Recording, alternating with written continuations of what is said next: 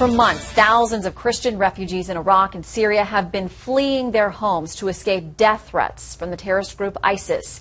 Most now in overcrowded makeshift camps with little protection from the bitter winter temperatures that are just around the corner. International aid is critical right now, and my next guest is backing an effort hoping to make a difference there.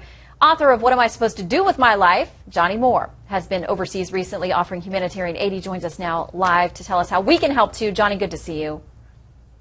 Hey, Shannon, great to see you. All right, will you start by telling us a little bit about what you have witnessed firsthand in recent months over there?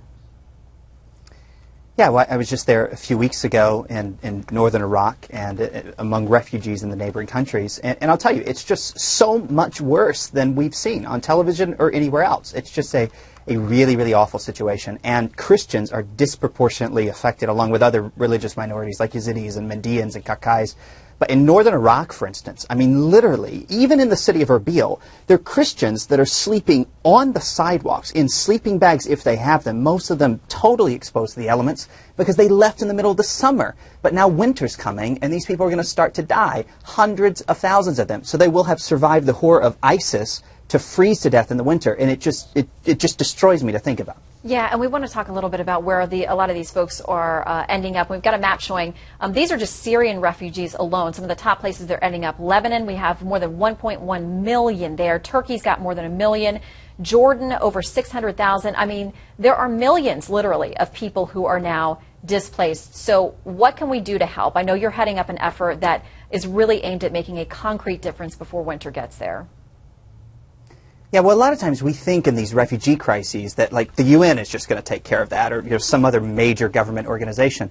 But what we discovered when we went on the ground there, met with the leaders of all these organizations, is that the UN doesn't have the capacity to do it. I mean, in northern Iraq alone, they've had an influx of 800,000 refugees. At best, they told us they can take care of 40%.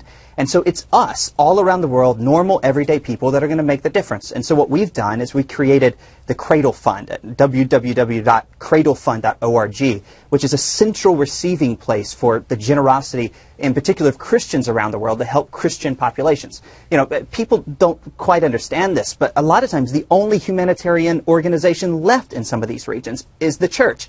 And so what we're doing is we're partnering with local indigenous churches that aren't just helping Christians, they're helping other displaced people of other religious identities, but they are on the ground and they just need more resources. So that's why we created what we did.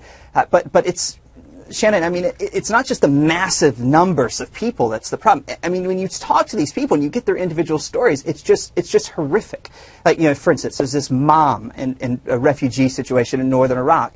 When she left her city, ISIS took her and her husband and her only child, 3 years old and 3 months old. They put them on a bus. And when they got the bus to the local clinic, ISIS took their 3-year-old, 3-month-old child and put the family back on the bus.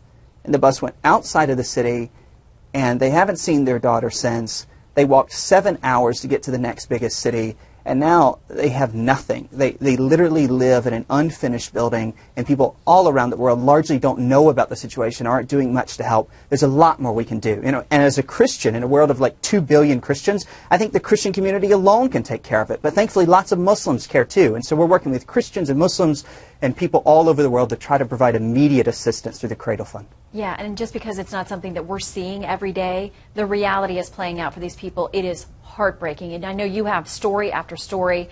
Johnny, thank you for sharing it with us today. We know that our viewers are often very generous in these situations. So thank you for sharing the story, and we'll make sure they know more about how they can help. Great. Thanks for having me.